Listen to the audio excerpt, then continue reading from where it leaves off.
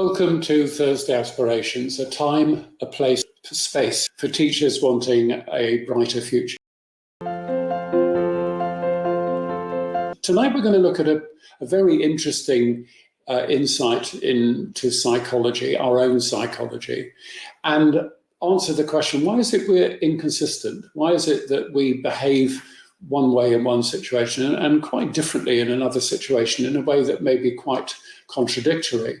Or indeed, how is it that sometimes when we're going for something we really want, a part of us may sabotage that?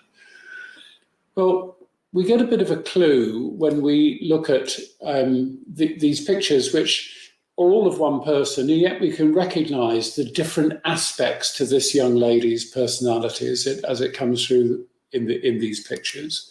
And that's really what we want to talk to you tonight about, which is the idea that, for example, probably most of you listening to this are teachers, and when you go into the classroom, you adopt a teacher persona. I know that I certainly did, and it's there in your tone of voice, it's there in what you do, it's there in whether you stand or sit, it's there in how you relate to the pupils or students that you're working with, and you have a particular way of being. And most of us who have taught for years are quite comfortable in that role. We're quite at ease in it.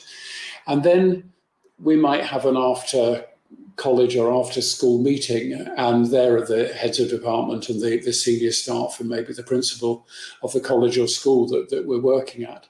And then we may be quite different. If we stand up to speak in that situation, or we're sharing points of view, we probably talk in a different tone of voice, our body language is different, and so on. Particularly if maybe we're challenging the powers that be over something they wish to introduce. We're different to the way we are in the classroom. And we're again, when we get home and we're sitting with our partner, we're talking to our family over a meal, we act in a different way. And the same when we go out and meet up with a group of our mates, then, on a Friday night or over the weekend or something, then we're different yet again.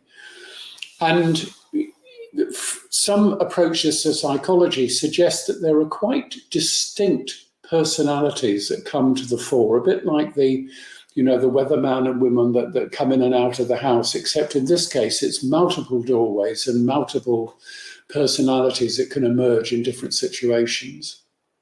And these sub-personalities find their roots if you work on them, if it's your interest to do that, which is quite intriguing to do, and you sort of work back at where does this particular aspect of myself come from, you'll very often find they have their roots way back in childhood. And yet they influence us really strongly as adults. And if we don't realize that there are these different aspects to ourselves, we might think, why is it that I set myself a certain target and somehow I don't get there. I'm totally sincere when I do it, but other things come to play. And one of the ways to begin to unpick this and to see what's at play here is to do a very simple exercise. All you need is a piece of paper and a pen. And you just write at the top of this piece of paper, you write, what do I want? What do I want? And as you ask yourself that question, you just write down the first thing that comes into your head. So what do I want? I want to fly on a jumbo jet to America. First thing that came to mind. What do I want? I want better central heating in the house. What do I want? I want to go on a holiday where I just don't have to do anything and laze by the sea and drink beers and generally chill. What do I want? So you carry on writing down whatever your stream of consciousness suggests to you, and keep on going really as long as you can, and then a little bit longer. When you've done all that, without censoring, go back and look at your answers and circle your top 10. Circle the ones that you feel are the most important to you, and do choose 10. And then go back and choose 5 of them. And you can imagine, if you like, with that those bits of yourself that want those 5 things, because as you look at them, you'll probably see they're not necessarily all fitting together terribly well.